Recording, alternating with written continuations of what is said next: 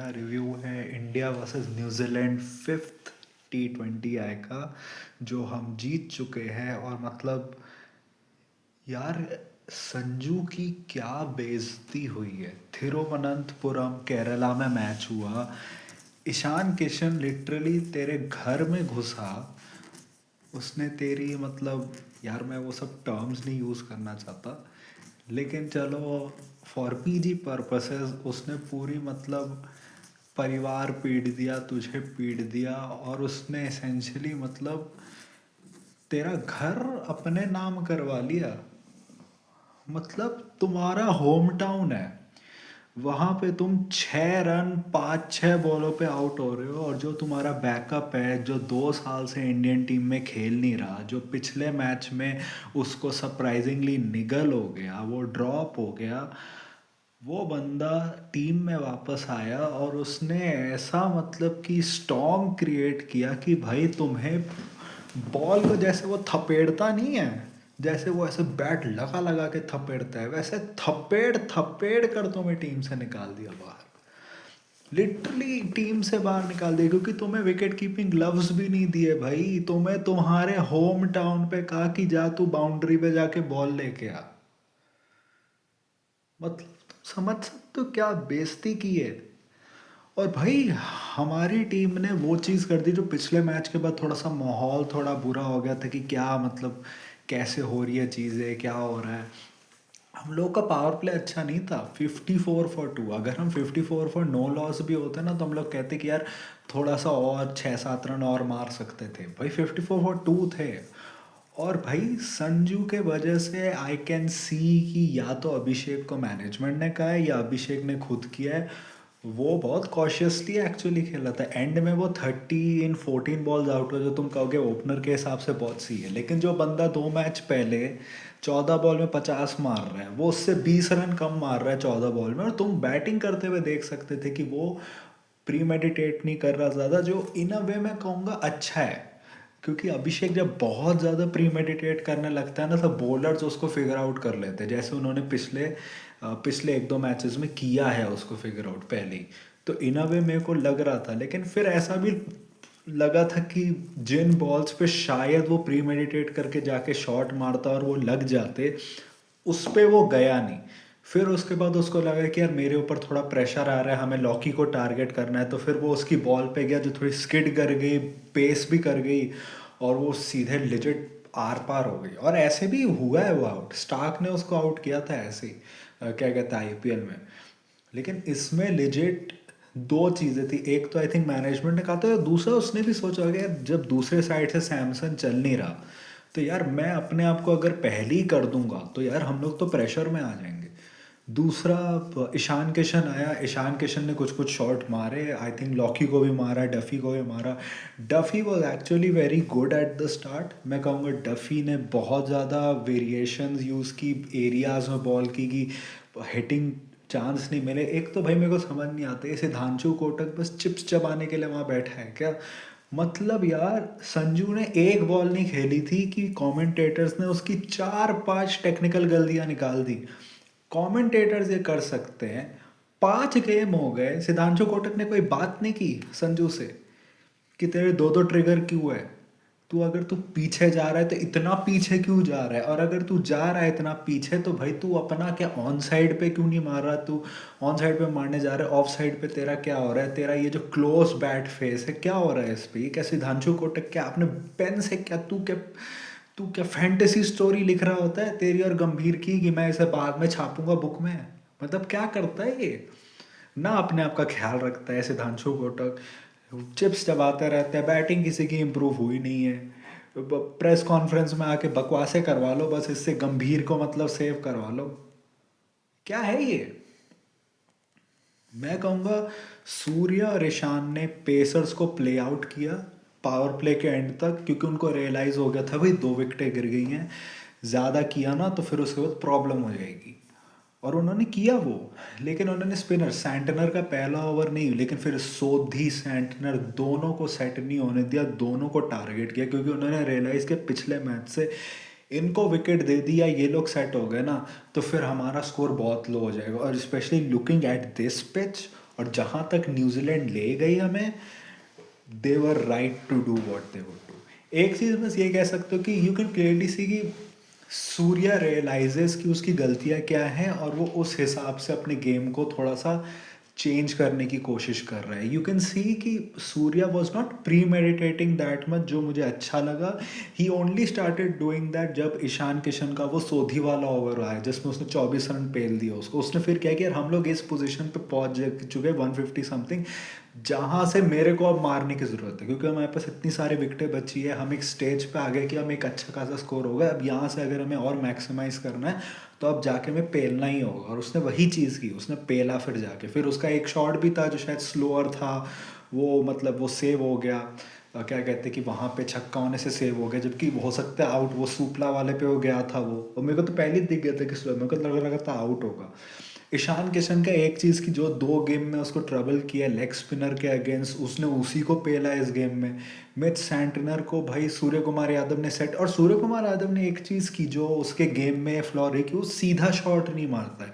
जब वो फॉर्म में भी था ना तब भी लोग कहते थे यार कितने सारे शॉट है जिसमें तुम बिना रिस्क लिए हुए अगर सीधा मारो ना तो चौका छक्का आराम से, कोई रिस्क नहीं है और तुम्हारी टीम डरेगी नहीं। और उसने इस गेम में किया ही। आई थिंक वो पर्टिकुलर था कि यार ये एक एरिया मेरे पूरे करियर मेरा वीकनेस रहा है, मैं स्ट्रेट नहीं मार पाता। उसने स्ट्रेट मारे भाई। सैंटनर की 1-2 बॉलों पे स्ट्रेट छक्के मारे जो अच्छी अच्छी बॉलें थी, उसको उसने मार दिए। तो सैंटनर को सेट नहीं, लेकिन जबकि सैंटनर ने बहुत अच्छा उसको फिर फ्लाइट की और फिर वो टर्न भी करी और उसको आउट भी कर दिया फिर। लेकिन that was great for him.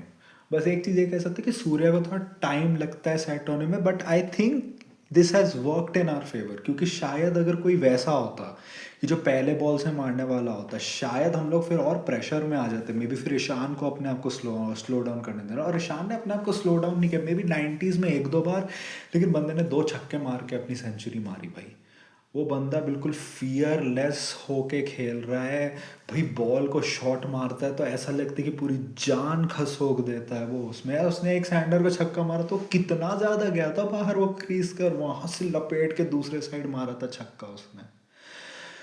दूसरा एक चीज़ है कि यार काइल जेमिसन जैसे बॉलर मुझे बहुत अच्छे लगते हैं, क्योंकि वो बंदा है कि वो एक्चुअली चीज़ें ट्राई करता है, और वो चीज़ें वो ट्राई करता है जो वो प्रैक्टिस करता है नेट्स में। बस ये बात है कि आई थिंक उसको जितना गेम टाइम दोगे उतना ही फिर वो बेटर बॉलर बनेगा, जैसे मैट हेनरी इवेंचुअली सालों के बाद बना।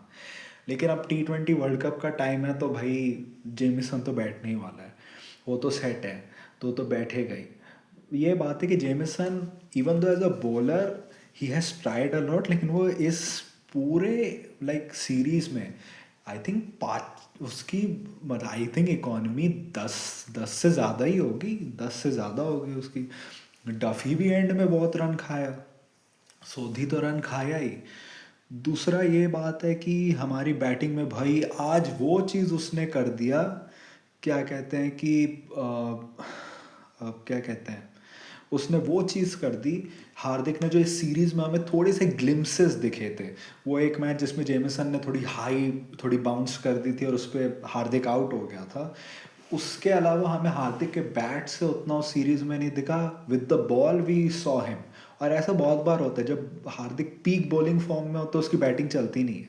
लेकिन इस गेम में यार जो उसने 42 ऑफ 17, यार एक सैंटनर को जो उसने छक्का मारा था, मेरे को तो लगा ये एज हो गया, आउट होने वाला यार। बाउंड्री के क्रॉस कर गया था यार वो। जो उसने कुछ कुछ स्लैप्स मारे थे सामने भाई, और मतलब पेसर को ऐसे थम करके जो मारा था भाई, आज बिल्कुल था कि। और एक चीज़ हार्दिक ने सही की जो उसने पिछले मैच में नहीं की थी, वो स्टार्टिंग वाले जब वो सेंटर के सामने आया तो उसने सिंगल लिया। उसने सीधे आके पिछले मैच जैसा नहीं कि हवा में उड़ा दी शॉट मारने के लिए कि मैं रेडी हूँ बॉल पेलने के लिए तो मैं बॉल पेलूंगा ही। उसने ठीक किया, जब वो थोड़ा सा 2-3 बॉल हुई फिर उसने मारा। एक चीज़ है मैं कहूँगा कि एक ईशान किशन का कैच ड्रॉप हो गया जो डफी ने एक्चुअली अच्छी मतलब कि लो फुल टॉस डाली थी, ग्लेन फिलिप्स ने कर दी। और भाई लोग जो ऐसे डिस हो रहे हैं ग्लेन फिलिप्स ने कैसे कर दी, अरे भाई कोई कितना भी अच्छा कैचर, किसी की 100% एफिशिएंसी थोड़ी ना होती है। 90 किसी की ज़्यादा होगी तो 95-96 होगी, तो 4% तो नहीं होती ना, तो इसका मतलब कभी तो ड्रॉप करता है। साला ऐसे एक्ट कर रहे थे कि पता नहीं क्या हो गया। फिर उसके बाद वो आउट हुआ। आई थिंक रिंकू का एक चीज़ है, रिंकू को एक चीज़ करना चाहिए, अगर तुम फिनिशर माइंडसेट के आदमी हो, तुम्हारा माइंडसेट ये नहीं हो सकता कि मैं स्टार्टिंग में देखूंगा कि मैं सिंगल डबल लूँ। क्योंकि मैंने एक चीज़ देखा है, रिंकू का एज अ फिनिशर वो माइंडसेट फिनिशर वाला नहीं है, उसका है थोड़ा सा अब धोनी टाइप की, मतलब मैं आऊँगा, मेरे थोड़ा सा ना बॉल पे बैट लगे और उसके बाद मैं थोड़ा सा नेविगेट करूँगा, और फिर जब मैं थोड़ा सा बिल्कुल ऐसे चौड़ा हो जाऊँ, थोड़ी सी मेरी अकड़न कम हो जाए, फिर मैं लगा के पेलूँगा। और ये रिंकू के अंदर मैंने देखा, वो आता है और स्टार्टिंग देखता है कि मैं सिंगल हूँ, स्टार्टिंग वो ये नहीं देखता कि मैं शॉट मारूँ, वो स्टार्टिंग देखता है कि मैं सिंगल हूँ। वो चीज़ आपको हटाने की ज़रूरत है, क्योंकि आप एज अ फिनिशर, और जिस तरीके की हमारी बैटिंग लाइनअप है, आपकी बैटिंग बहुत बार 16 17 ओवर के टाइम पे ही आएगी, जहाँ पे आप बॉल्स 2 3 भी वेस्ट नहीं कर सकते। तो आई थिंक ये रिंकू को करनी पड़ेगी। ये मुझे उसकी पहली सीरीज़ भी याद है, साउथ अफ्रीका में भी ये हुआ था, लेकिन वहाँ पे था कि तभी भी उसने फिनिश कर दिया। यहाँ पे उसको 8 बॉलें मिली एंड ही वॉज जस्ट। और ये भी यार, आप एक बॉल को हमेशा एक एरिया में मारने के लिए क्यों जाते हो? काइल जेमिसन तो रेडी हो गया, उसको देख ले कि ये बंदा हर बॉल पे ऑन साइड पे ही मारने की ट्राई कर रहा है, तो स्लो पे स्लो करता गया। फिर आप दुबे को तो ऐसे स्ट्राइक से कर रहे थे कि भाई वो मार ही नहीं सकता, उसने 2 बॉलें खेली, उसने छक्का मार दिया दूसरे पे। तो दुबे का अच्छा गया, मैं कहूँगा रिंकू का अच्छा नहीं गया, उसकी एक अच्छी नॉक थी और 2 अच्छी नहीं थी, लेकिन still at least he got game time. Rinku को वो तीनों सिचुएशन मिल गए जहाँ पे उसकी ज़रूरत थी, जिस जिस तरीके की सिचुएशंस एक फिनिशर को मिलेंगी। तो I think it's good for him. दूसरा ये मैं कहूँगा कि with our bowling, 2 matches consecutively हो गए जिसमें हमारा पावर प्ले अच्छा नहीं गया विद द बॉल, और ये चीज़ प्रॉब्लम कर रही है, क्योंकि सूर्य कुमार यादव ने दोनों मैचेस में आफ्टर द पावर प्ले, फिर जब गंभीर डिंग्सग्रे के टाइम आए, क्लियरली दिख रहा था कि या तो बॉलर्स बहुत लैक्स ले रहे हैं, या फिर they are not following the plans which the captain is setting. और तुम्हें सूर्य कुमार यादव गुस्सा होते हुए दिख रहा है। You can not afford that in the world cup. तुम ऐसे नहीं कर सकते कि यार ठीक है हमारी टीम इतनी अच्छी है, हम तो कम कर लेंगे। पिछले मैच में भी आपने कम किया, लेकिन फिर आप लास्ट में पिट गए, फिर आपकी बैटिंग नहीं चली। इस मैच में आपने कम कर दिया, लेकिन एक समय ऐसा लग रहा था कि भाई फिन एलन जिस तरीके से बैटिंग कर रहा था, एक समय ऐसा लग रहा था रिंकू साले वो 8 वाले तो दुबे को दे देता, हम 280 290 पे पहुंच जाते हैं।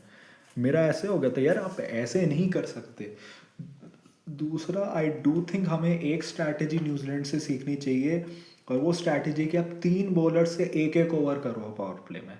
जैसे कि इन्होंने फर्गूसन, डफी और जेमिसन तीनों से एक एक ओवर करवाए। मेरे हिसाब से आप अर्शदीप से पहला करवाओ, दूसरा हार्दिक से करवाओ, और तीसरा बुमराह से करवाओ। अगर अर्शदीप और हार्दिक के समय आपको दिख रहा है कि देखो पिच में अच्छी खासी स्विंग है और ये लोग अच्छे से कर लेंगे, तो आप बुमराह को रोको कि भाई तू पावर प्ले के एंड में एक डाले। लेकिन अगर आप देख रहे हो कि भाई दोनों में पिटाई हो रही है, या फिर पिच देख के समझ आ रही है कि पिटाई हो सकती है, तब आप तीसरा ओवर बुमराह को दो, कि जब आपके पास सबसे ज़्यादा चांस है बॉल के स्विंग होने का। क्योंकि अब ये नहीं कर सकते इररिगार्डलेस ऑफ द पिच हम बुमराह को पावर प्ले के एंड में ही लाएंगे, क्योंकि आई थिंक अगर यहाँ पे बुमराह को शायद एक ओवर पहले दे देते तो मे बी थोड़ा कम स्कोरिंग होती। फिर आप ऐसा कर सकते हो, अगर पिच भी ज़्यादा नहीं हो रही तो बुमराह से 2 लगातार करवा दो उधर ही, कि आपके फिर उससे क्या होगा कि आपके 4 ओवर हो जाएंगे पावर प्ले के, तभी एक फिर अर्शदीप डाल देगा, बाद में 5 हो जाएंगे आपके। तो आई थिंक थोड़ा सा हमें फॉर्मूला से थोड़ा अलग होना पड़ेगा देखने के लिए। I am not disliking this कि आप बुमराह को एंड में एक ही करवा रहे हो, लेकिन लुकिंग एट द पिच आपको थोड़ा सा करने की ज़रूरत है कि उस सिचुएशन में हमें क्या करना है। वरुण का मैं एक चीज़ कहूँगा, वरुण वापस आया, he looked a little bit rusty, मतलब बैटर्स की आर्क में बॉल दे देना, फिर उसके बाद शॉर्ट बॉल दे देना, वो थोड़ा सा लगा। थर्ड ओवर जब वरुण का आया तो ही एक्चुअली लुक्ड बेटर, ऐसा लगा कि he finally got his lens right. लेकिन एक चीज़ ये भी था कि सामने बेवन जेकब्स था जिसको बॉल पल्ले ही नहीं पड़ रही थी, मतलब मिचल को भी बॉल, लेकिन फिर I I guess he did bowl well in his last 2 overs, तो he got a wicket also.